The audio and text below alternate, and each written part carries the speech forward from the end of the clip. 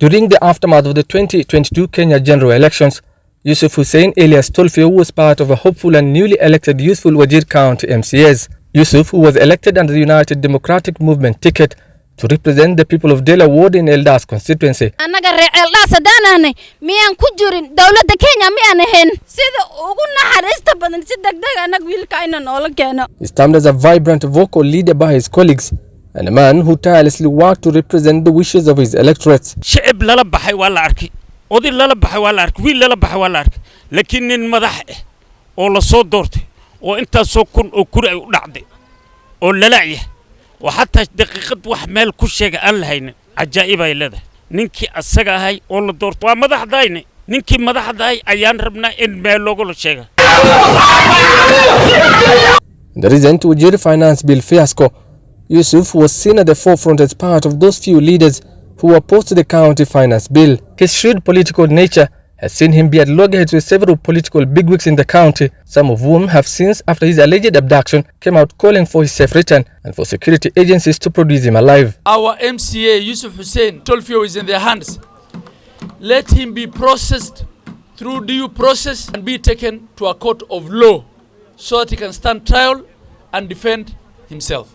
God forbid if he is not in their hands, then they must do everything possible to find out where he is. It is unacceptable that a leader of his stature can be abducted and can be missing for days and no one knows where he is. And we will continue to engage and work with all the security apparatus and everybody who we think can help us trace our brother. If Yussuf is not in the hands of the security apparatus, we will request the same security officers to take quick action and investigate the whereabouts of Yussuf and produce, because his family is actually now have sleepless night.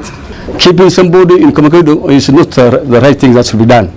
Yussuf has a right for representation. I want to appeal again that Honorable Yussuf, the MCA for Della, shall not be missing more days. Whether he's dead or alive, let us know where he's whereabouts. We have three arms of government that have separation of powers. We have our courts that we believe in. If somebody is suspected to be a criminal, he should be brought to the court of law and justice be served. It's our unanimous call to the government to take immediate and decisive steps to restore public confidence by ensuring the safety and the security of all Kenyans. In this instance, the responsibility rests squarely with the CID, the police, and all other security agencies to ensure to firmly uphold this mandate by conducting a thorough, transparent, and swift investigation.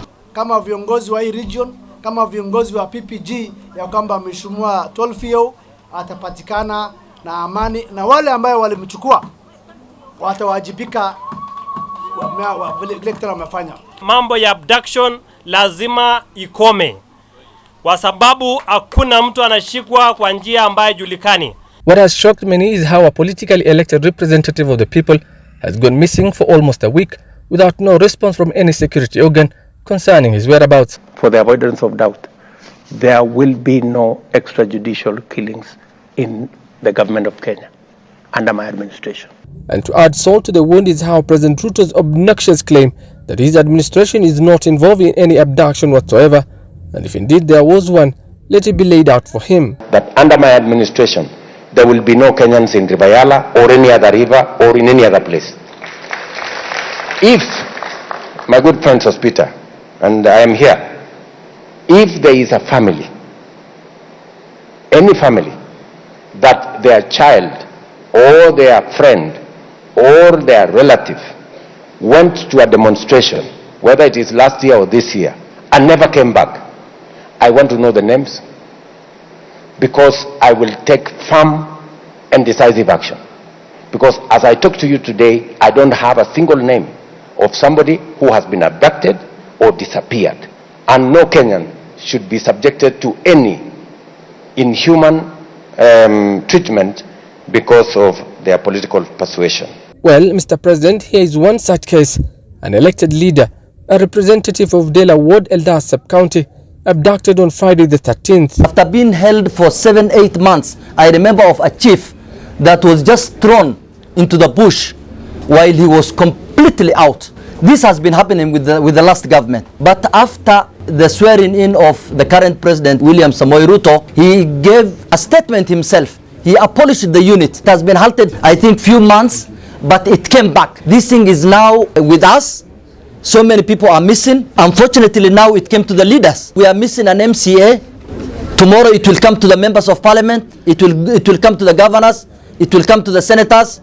We cannot accept this kind of, issues happening in our country. We don't want families from Northeastern or any part of this country to be subjected to this every now and then. These abductions and disappearances have been happening, and the trend has continued even after we have enacted the Constitution 2010. That is why we are saying, let Kenyans be subjected to the rule of law. Anybody who is suspected of having done anything wrong should be arraigned in a court of law. And if the judges and the evidence available shows that that person should be hung, so be it. But this psychological war of the people from this region, making disappearances, women have disappeared, children have disappeared, young men have disappeared, elderly people have disappeared, and extrajudicially some of them executed. And this is what we are saying should not happen in the modern day Kenya, when we are boasting one of the best constitutions in the world.